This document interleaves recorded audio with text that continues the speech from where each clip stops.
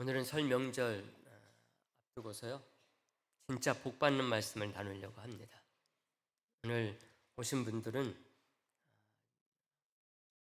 대박이 터진 줄 아시면 되겠습니다. 우리나라가 이미 많은 복을 받았는데요. 진짜 복은 또 다른 데 있다고 믿습니다. 많은 사람들이 예수님을 믿는다고 하지만 이제부터 우리가 진짜 예수님을 바로 믿고 참된 복을 받아야 될 때다. 이런 생각을 합니다.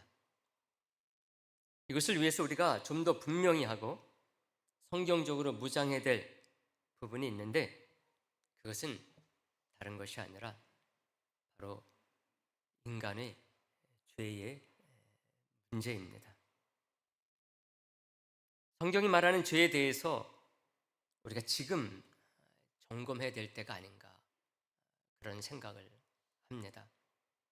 그래야 하나님을 바로 섬기고 예수님을 구세주로 바로 믿게 되는 것이죠. 옛날 한 유명한 목사님이 소천을 하시면서 그런 말씀을 한 적이 있거든요. 많은 목사님들 보시면서 예수님 잘 믿으세요. 지금까지 잘 믿었는데, 그래서 장로고 목사인데 그분들을 놓고서 예수님 잘 믿으세요 하면서 소천을 하셨거든요. 거기에는 많은 의미가 들어있다고 생각할 수가 있습니다. 여러분, 우리가 원인을 잘 모르고 해결책만 찾고 열매만을 붙잡으려고 할 때에 자꾸만 우리의 신앙생활이 헛발길질이 되기가 쉽습니다. 열심히는 하고 있는 것 같은데 어느샌가 모르게 우리 자신이 엉뚱한 위치에 서 있는 자신을 발견하게 되는 것이죠. 다른 길로 가고 있는 그런 성도, 그런 교회들을 보게 되는 이유도 여기에 있지 않나, 그런 생각을 합니다. 그런 의미에서 오늘 말씀을 통해서 우리가 다시 한번 올 한 해를 구정이긴 하지만 새롭게 출발한다는 마음을 가지고서 오늘 말씀 가운데 든든히 서는 귀한 시간이 되기를 간절히 바랍니다. 사랑하는 성도 여러분, 어렸을 때 설 명절 이런 때가 되면은 특별히 했던 그런 행사 같은 행사가 있습니다. 그것은 뭔가 하면은 극장에 가는 일이었습니다. 세배를 마치고 오후가 되면은 영화를 보러 어디를 가느냐? 극장에 가는 것이 즐거운 낙이었습니다. 제가 본가는 서울 특별시였지만 주로 영화를 보러 가게 되면 어디를 갔느냐? 성남에 있는 극장들을 주로 갔습니다. 서울 특별시가 아니라 서울 시골시에 살았기 때문에 그런 것이죠. 주로 가는 극장이 어디였었느냐? 제1극장, 성남극장, 중앙극장. 지금은 다 어떻게 됐어요? 지금은 없어졌습니다. 우리 어르신들은 아마 다 생각이 나리라고 생각을 합니다. 이날 극장을 가게 되면은 극장에 발 디딜 틈이 없었습니다. 좌석제가 아니었으니까 그냥 오는 대로 다 받는 거죠. 자리에 앉을 생각은 하지 못하고 들어가다 보면은 문에 들어갈 수 없을 때도 있었어요. 너무나 사람들이 많아가지고 이게 사람 구경을 온 건지 영화 구경을 온 건지 모를 정도로 그렇게 사람들이 많이 모여서 영화를 봤던 것이 명절 때 극장의 풍경이었다고 할 수가 있습니다. 그런 의미에서 오늘 제가 설 연휴에 좋은 영화 보시라는 의미에서 영화 한 편을 소개하고 말씀을 나누려고 합니다. 영화 제목은 신의 악단이라는 그런 기독교 영화입니다. 꼭 기독교인이 아니더라도 같이 보시면 아주 재미있게 볼 수 있는 영화입니다. 개봉된 지 좀 오래돼가지고 극장에서 보려고 하면은 찾기가 쉽지는 않습니다. 그래도 아직 상영하는 곳이 있으니까요. 여러분들이 꼭 가서 보시면 좋겠다 싶습니다. 이 영화는 종교가 금지된 북한을 배경으로 하는 내용입니다. 국제 NGO 단체로부터 수억 달러의 지원금을 받을 수 있다. 그래가지고 가짜로 교회를 만들고 거기서 가짜 집회를 하고자 하는 과정에서 일어나는 일들을 영화로 만든 것입니다. 지원금을 주는 단체가 북한에 와가지고 그것을 점검해 보겠다고 하는 것이죠.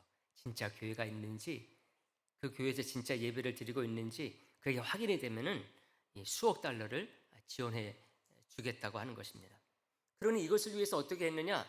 가짜 교회를 만들고 가짜 단원들을 만들어서 거기서 성경도 읽고 성경 공부도 하고 찬양 하는 것들도 이제 봐야 된다고 하는 것이죠. 이를 위해서 가짜들을 다 만들어 가지고 보여주기 위해서 그것을 하게 되는데, 이것들을 평소 해오던 것이 아니니까 어떻게 해야 됩니까? 다 연습을 시켜야 되는 거죠. 예배 드리는 것도 연습시키고 찬양하는 것도 연습시키고 모든 것을 다 연습시킬 수밖에 없는 거죠. 이 과정에서 이제 일어난 일들이 주된 내용입니다. 근데 이게 완전한 실화는 아니어도요, 충분히 공감할 만한 실제 일이 1990년대에 있었습니다. 북한의 봉수교회와 칠골교회에 유명한 빌리 그레암 목사님이 방문을 해가지고 집회를 한 적이 있었습니다. 1992년과 1994년 두 차례에 걸쳐서 북한에서 집회를 하신 거거든요. 한 번은 칠골교회, 한 번은 봉수교회 가서 집회를 한 것입니다. 집회를 하니까 거기에 누가 와야 됩니까? 북한 주민들이 성도로 와서 앉아 있어야 되는 것이죠. 물론 이제 그 주민들은 그냥 보통 주민들이 아닌 거죠. 공산 그 이념이 투철한 사람들을 뽑아가지고 거기에 모여가지고 예배를 드리게 한 것입니다. 나중에 이 교회들은 방문하는 그런 목회자들이 있다 그러면은 선전용 교회로 계속 사용되고 있었다고 합니다. 중요한 것은 겉으로는 이 주민들이 연기를 하지만 연기를 위해서 읽은 성경과 찬송은 다 진짜라는 것입니다. 진짜 성경을 읽어야 되는 거예요. 진짜 찬양을 해야 되는 것이죠. 이 부분이 아주 중요한 것입니다. 하나님을 찬양하고 예수님을 높이고 성령님을 노래하는 겁니다. 그러니까 숨은 감시자들 때문에 겉으로는 가짜로 연기를 하지만 그 가운데는 정말 남모르게 우리 주님을 만나는 사람들이 분명히 있었을 것이라고 하는 것이죠. 왜요? 그 말씀이 진짜 하나님의 말씀이고 찬양하는 것들이 우리가 보통 찬양하는 그런 찬양이 거기에서 울려 퍼져야 되기 때문에 그런 것이라고 할 수가 있습니다.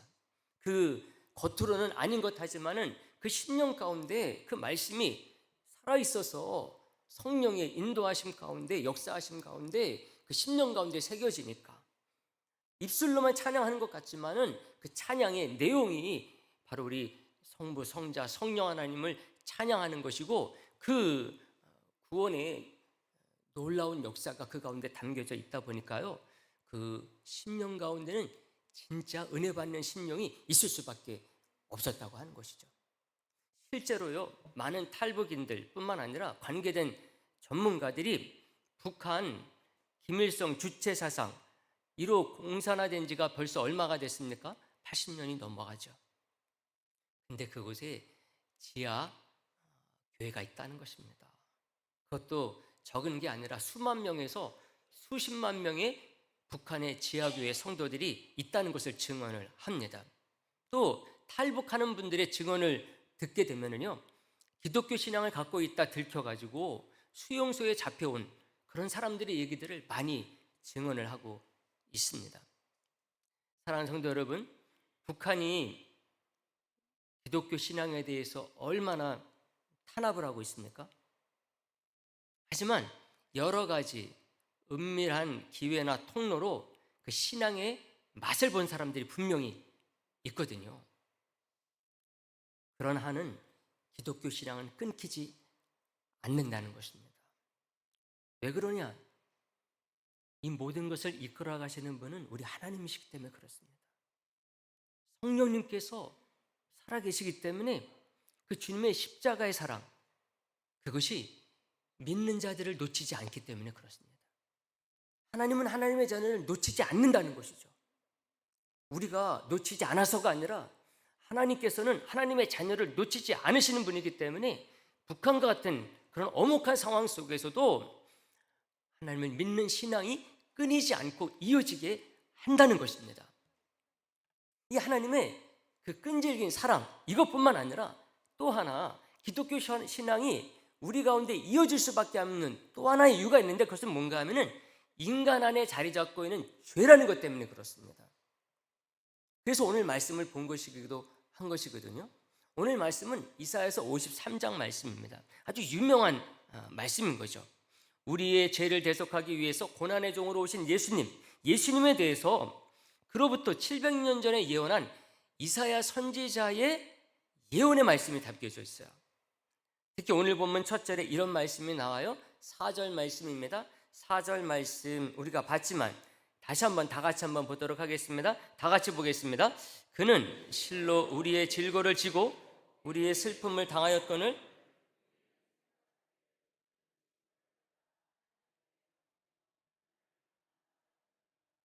아멘. 예수님 자신이 아니라 누구의 질고요? 저와 여러분, 인간의 질고를 지고 슬픔을 당하신 예수님에 대해서 말씀해 주고 있어요. 우리의 죄값을 치르시기 위해서 십자가를 지셨는데도 불구하고 악한 자들은 뭐라고 얘기를 합니까? 하나님께 징계를 받아가지고 그런 것이다, 조롱하게 될 것임을 말해주고 있습니다. 이 속에 우리는 무엇을 발견해야 되는가 하면은 인간의 죄라는 것이 얼마나 심각한 것이냐, 이거를 발견해야 된다고 하는 것입니다. 사랑하는 성도 여러분, 우리나라도 구정을 지키는데 이스라엘 사람들도 구정 같은 게 있습니다. 물론 이스라엘 사람들도 신정을 지킵니다. 공식적으로는 1월 1일이 새해입니다. 여권이나 공문서, 일상에서도 이 태양력을 사용을 합니다. 근데 이스라엘 백성들이 실질적으로 지키는 마음의 새해는 언제냐? 7월 1일입니다. 티슈리월이라고 하는데요, 티슈리월 1일이면은 새해가 시작이 되는 거죠. 그래서 이날 휴일도 신정 때보다는 길어요. 우리도 신정 때는 하루 쉬지 않습니까? 구정 때는 3일 쉬지 않습니까? 이스라엘도 그렇다는 거예요. 이 7월 1일 이때는 우리처럼 휴일이 더 길다고 합니다. 그리고 공공기관, 학교, 그 모든 그 상점 대부분이 다 쉰다 그래요. 방송에서도 이때 새해 인사를 한다고 합니다. 이름도 그렇게 되어 있어요. 로시 하사나라고 되어 있습니다. 이 말뜻이 뭔가 하면은 해의 처음, 해의 머리라는 뜻을 가지고 있습니다. 이게 언제부터 그랬느냐? 후대 랍비 전통에 따라 가지고 예수님께서 오시고 나서 그 이후 랍비들의 그런 영향력이 커지면서 이 전통이 이스라엘 가운데 생겼다고 얘기를 합니다. 이 날이 이렇게 새해 첫날로 자리 잡은 것이 어떻게 돼서 이렇게 됐느냐? 성경적으로 이 날이 의미가 있는 날이기 때문에 그렇습니다. 이 날을 보통 성경에서 뭐라고 그러는가 하면은 나팔절이라고 얘기를 하거든요. 7월 1일 나팔절입니다. 성경에서 나팔절로 규정된 이 날이 나중에 이제 새해 개념과 결합이 돼서 지키게 된 것이라고 할 수가 있습니다. 이 날이 의미가 있는 것은 무엇 때문에 의미가 있는가 하면은 이 나팔절 7월 1일부터 10일 후 이때가 대속죄일이기 때문에 그렇습니다. 이 날은 아주 중요한 날이기 때문에 대제사장이 1년에 딱 한 번 지성소에 들어갈 수 있는 날입니다. 아주 중요한 의미를 갖고 있는 것이죠. 그래서 이 날을 제대로 지키기 위해 가지고 7월 1일 로시 하샤나 요때로부터 10일 동안 그 긴장감 속에서 대속죄일을 지키게 되는 것입니다. 이 날에 모든 것이 새롭게 돼서 새롭게 한 해를 출발하는 것이죠. 그래서 구약 성경에서 이 날이 중요한 의미로 소개가 되고 있는 것입니다. 레위기서 16장에서 이것을 아주 풍성하게 한 장 모두에 걸쳐서 소개를 합니다. 그 가운데서 16장 29절 30절에 이 말씀이 딱 나옵니다. 레위기서 16장 29절 30절, 제가 29절 말씀을 보니까 여러분들이 30절 보세요. 너희는 영원히 이 규례를 지킬지니라. 일곱째 달 곧 그 달 10일에 너희는 스스로 괴롭게 하고 아무 일도 하지 말라. 본토인이든지 너희 중에 거류하는 거류민이든지 그리하라.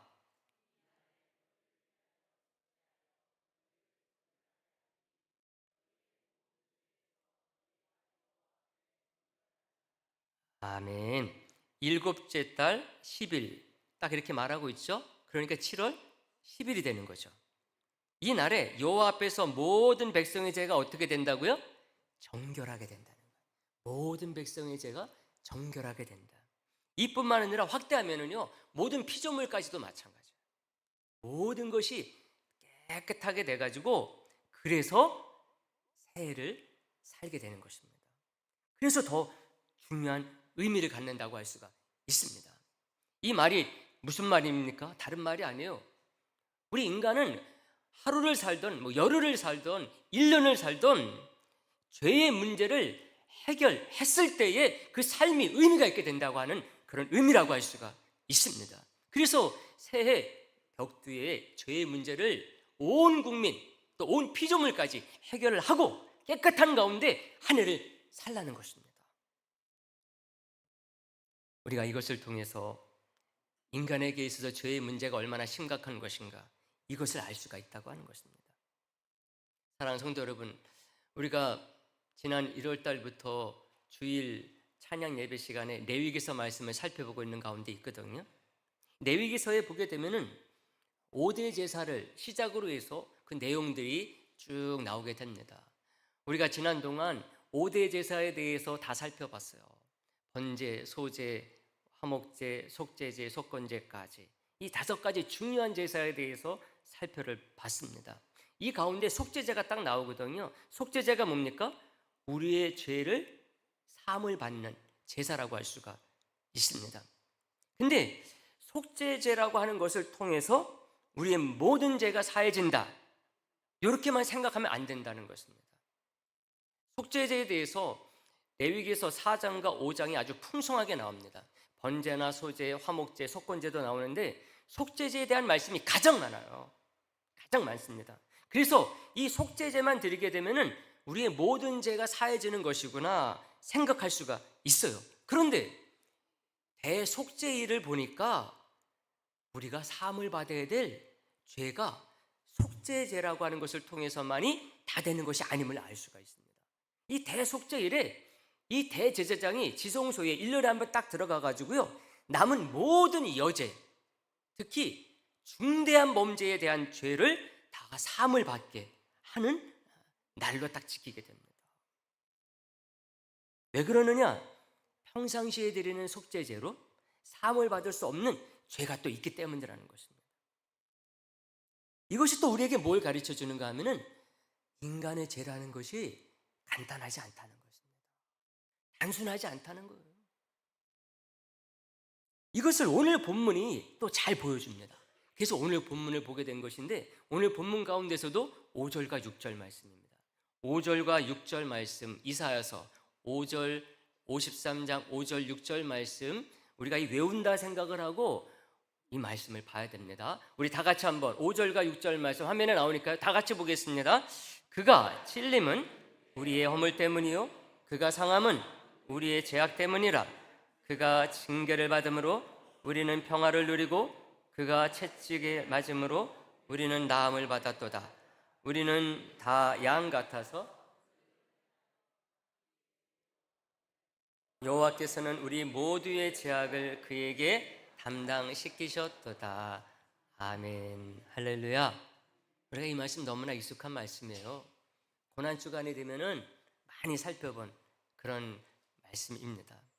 우리의 죄에 대해서 5절에서 말을 하면서 6절에서 이것을 위해서 십자가에 죽으신 예수님에게 대신 지고 죽게 하셨다 하는 것을 딱 말해주고 있습니다. 그래서 6절에 있는 그 말씀은 예수님을 가리키는 말씀이라고 할 수가 있습니다.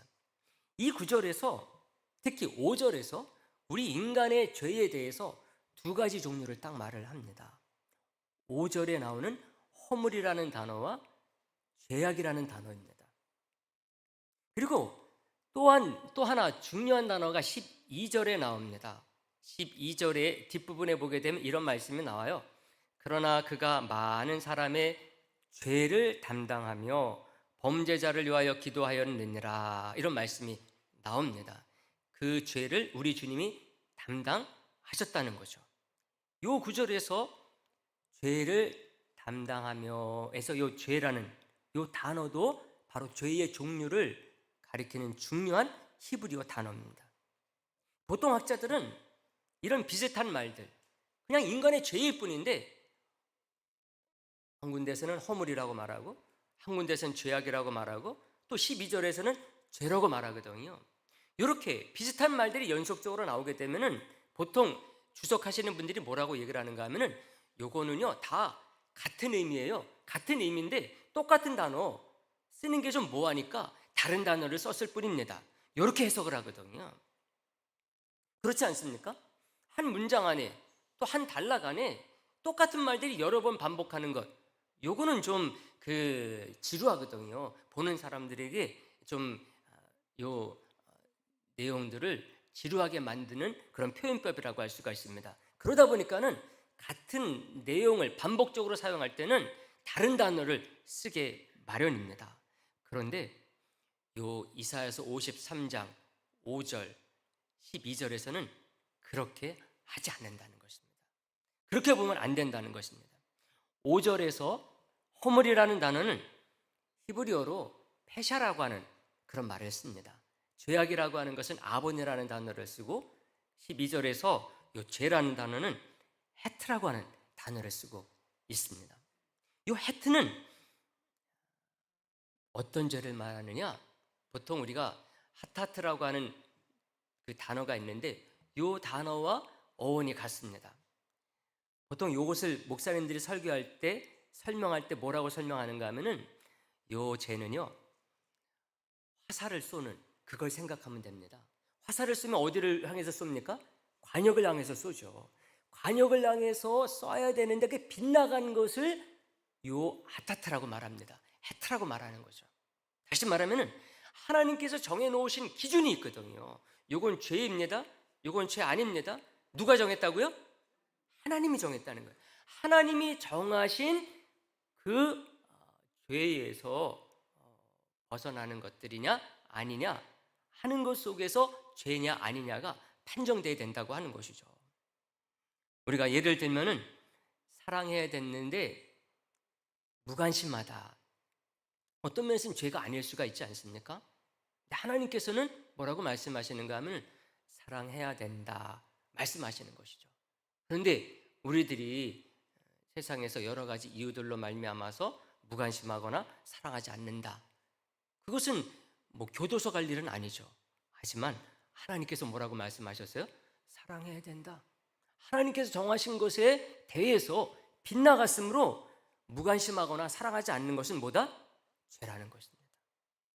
그래서 하타트라고 하는 헤트라고 하는 성경에서 번역되기를 뭐라고 번역됐습니까? 허물이라고 번역된 이 단어 속에서 우리는 세상에 어떤 교도소에 갈 일 그런 일만이 죄가 아니라 하나님께서 말씀하신 것에 대해서 빗나가는 삶을 살게 되면 그게 죄이구나 하는 것을 알게 된다고 하는 것이죠. 그리고 또 이 아본이라는 죄악으로 번역된 아본이라고 하는 이 죄는 어떤 죄를 말하는가 하면은 겉으로는 보이지 않아도 비틀어진 것을 말할 때에 이 단어를 씁니다. 마음이 구부러진다. 여러분 이것은 마음이 구부러진 것 가지고서 재판받아야 될 일은 아니라고 할 수가 있지 않습니까? 재판받아서 교도소 갈 일은 아니에요. 그런데 우리 하나님께서는 성경에서 마음이 비틀어진 것 이것도 죄라고 딱 말을 하고 있습니다. 어떤 사람이 누구를 미워하는데 미워할 수가 있죠. 근데 이 미워함이 오래 간다. 그게 뭡니까? 마음이 삐뚤어진 거죠. 세상 사람들 이것 가지고서 뭐 그것 가지고 죄라고 말할 건 없죠. 이렇게 말할 수가 있어요. 그러나 성경에서 하나님께서 뭐라고 말씀해요? 미움 오래 가지고 있는 거 죄야. 그래서 요 아본이라는 단어를 써서 죄인지 아닌지를 딱 말해주고 있다고 하는 것입니다. 질투라는 것도 마찬가지죠. 사람이 누구에 대해서 질투할 수 있죠. 그렇지 않습니까? 근데 그거를 오래 가지고 있다. 그게 뭡니까? 마음이 삐뚤어진 거죠. 이것도 하나님 보시기에는 죄라고 하는 것이죠. 마지막으로 죄라고 번역된 이 패샤, 요 말, 이 패샤라고 하는 것, 이 죄는요 가장 극악한 죄를 말하는 것입니다. 우리 오늘 말씀 가운데서 좀 헷갈릴 수가 있는데 53장 허물로 번역된 것이 요 패샤라고 하는 단어입니다. 그리고 죄악이라고 번역된 것이 이 헤트라고 하는 그런 것을 말하고, 그리고 이제 마지막 또 하나가 아본이라는 단어 세 개를 소개를 하고 있는데요. 이 패샤라고 하는 허물로 번역된 것, 이것은 가장 악한 죄들을 말합니다. 그래서 고의성이 있고 의도성이 있는 그런 죄들을 말하는 거죠. 우리가 알면서 짓는 죄들 있지 않습니까? 양심은 그렇게 하지 말라고 딱 말하고 있는데 막 행동으로 죄를 지어버리는 것, 이런 것들을 우리가 패샤, 허물로 번역된 죄라고 할 수가 있습니다. 이것을 통해서 우리가 무엇을 알 수가 있는가 하면 인간의 죄라고 하는 것, 이게 얼마나 복잡하고 해결하기 어렵게 얽히고 얽혀 있는가, 이것을 보여준다고 하는 것이죠. 이것은 죄가 단순한 것 같지만은 누구의 뭐 물건을 훔치거나 어떤 것에 나쁜 마음을 갖거나 이렇게 간단한 것 같고 단순한 것 같지만은 그렇지가 않다. 아주 복잡하게 얽혀 있는 게 죄다라고 하는 것을 알려주고 있습니다. 그래서 우리 모두가 이 죄 가운데서 전면적으로 회복이 되고 치료가 되고 수술되지 않으면 안 되는 존재들임을 알려주는 것이 성경에 나와 있는 죄의 본질이라고 하는 것입니다. 그래서 인간의 이 죄를 대속하기 위해서 오신 예수님을 뭐라고 말하는가 하면은 고난의 종이다, 이렇게 말을 합니다.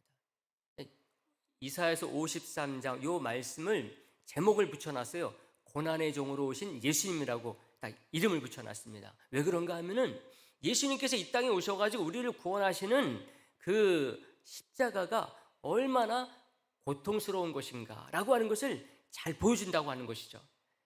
그게 무엇 때문입니까? 우리의 죄가 간단하지 않기 때문에 그렇다고 하는 것입니다.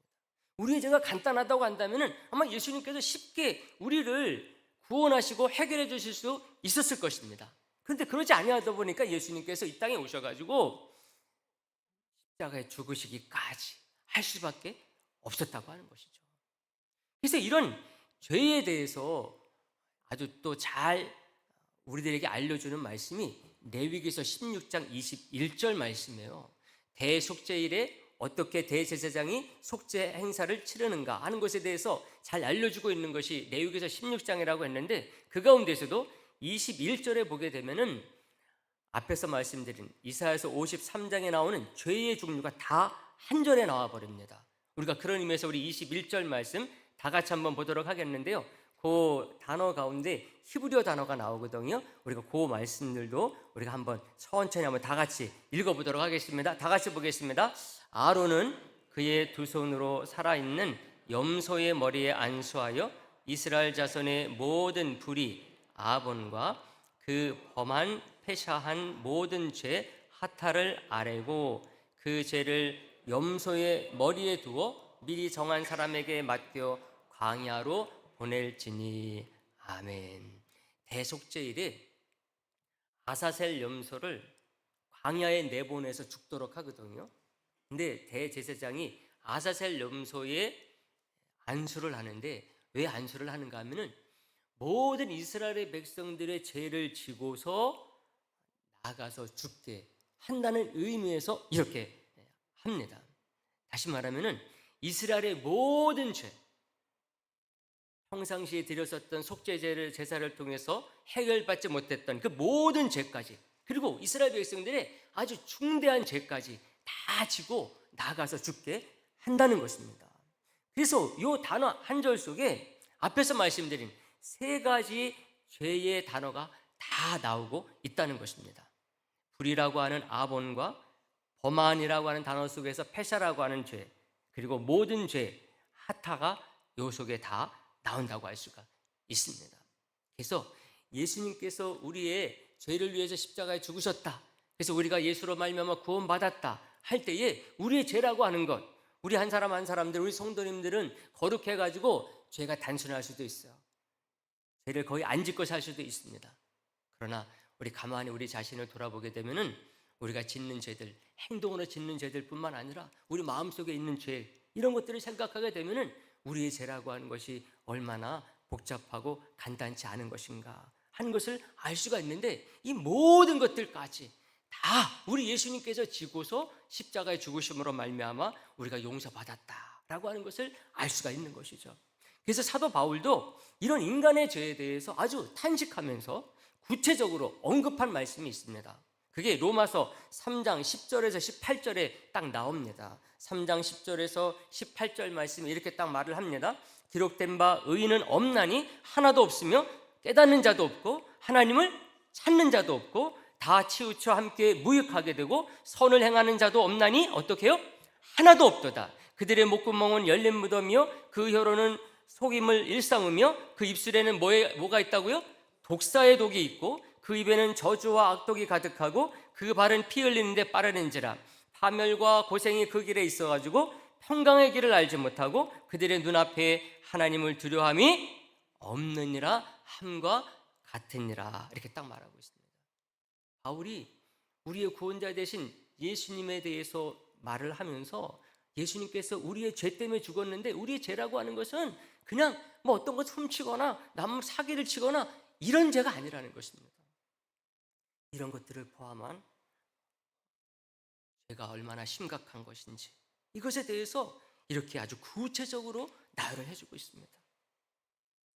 사랑하는 성도 여러분, 우리가 예수님을 바로 믿기 위해서는 우리 자신이 얼마나 심각한 죄인인가 하는 것을 바로 알 때에 그 예수님을 굳게 붙잡을 수가 있습니다.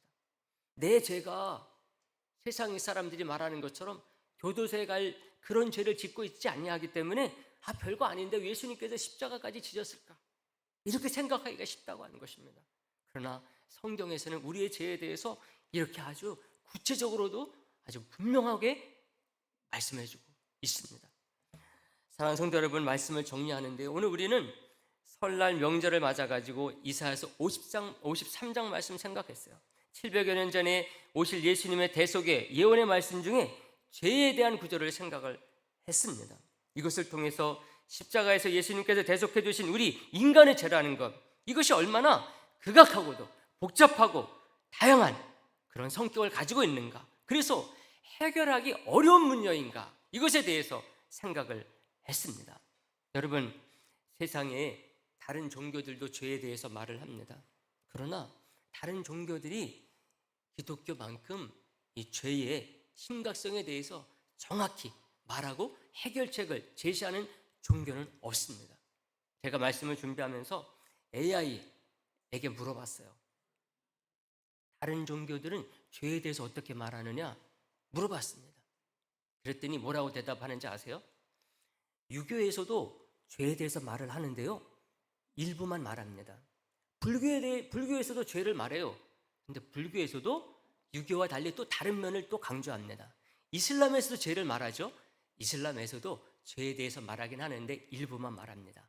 그런데 기독교에서만큼은 모든 죄에 대해서 아주 정확하고도 분명하게 포괄적으로 제시할 뿐만 아니라 이거에 대한 해결책도 제시를 합니다. 이런 면에서 다른 종교와 다르다, 이렇게 딱 얘기를 하고 있습니다. 어떻습니까? 우리보다 낫죠? 제가 이 말씀을 왜 드리는가 하면은 우리 인간의 죄가 분명히 있는 한은 뭐가 있어야 돼요? 해결책이 있어야 되죠. 그러므로 기독교는 주님 오시는 그날까지 영원할 수밖에 없어요. 왜? 인간의 죄가 저절로 없어지지 아니하기 때문에 이 문제에 대한 해결의 요구가 계속해서 있을 수밖에 없고 해결로 오신 예수 그리스도께서 우리를 위하여 십자가에 죽으신 것, 부활하신 것이 너무나 분명한 사실이기 때문에 기독교는 있을 수밖에 없다고 하는 것입니다. 근데 이 모든 것들이 어디에서부터요?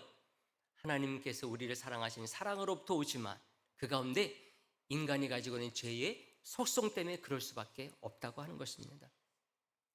사랑하는 성도 여러분, 그러므로 이 말씀 저와 여러분들이 꼭 마음 가운데 새기고 우리가 참된 믿음으로 사는 가운데서 우리 사랑하는 사람들, 명절 되면 우리 가족들 만나지 않습니까? 믿지 않는 사람들 있을 수 있지 않습니까? 우리가 이런 죄의 분명한 것을 잘 알고 해결책을 제대로 믿음으로 갖고 있는 사람들로서 그런 모든 사람들에게 아름다운 복음을 전할 뿐만 아니라 또 빛이 되고 소금이 되는 귀한 계교로 삼는 분들 될 수 있게 되기를 주님의 이름으로 부탁의 말씀을 드리겠습니다. 하나님 아버지 감사를 드립니다. 오늘 저희들에게 귀한 말씀을 통하여서 우리의 죄가 얼마나 심각한 것인가, 이것을 그냥 내버려 두지 아니하시고 우리 하나님께서 예수님을 통하여서 해결해 주셨는가 다시 한번 마음 가운데 새기게 하시니 진심으로 감사를 드립니다. 설 명절을 통하여 우리 사랑하는 사람들에게 이 복음 알려주는, 그래서 함께하는 귀한 계기가 될 수 있도록 인도하여 주옵소서. 예수님의 이름으로 기도하옵나이다. 아멘. 찬양 드리겠습니다.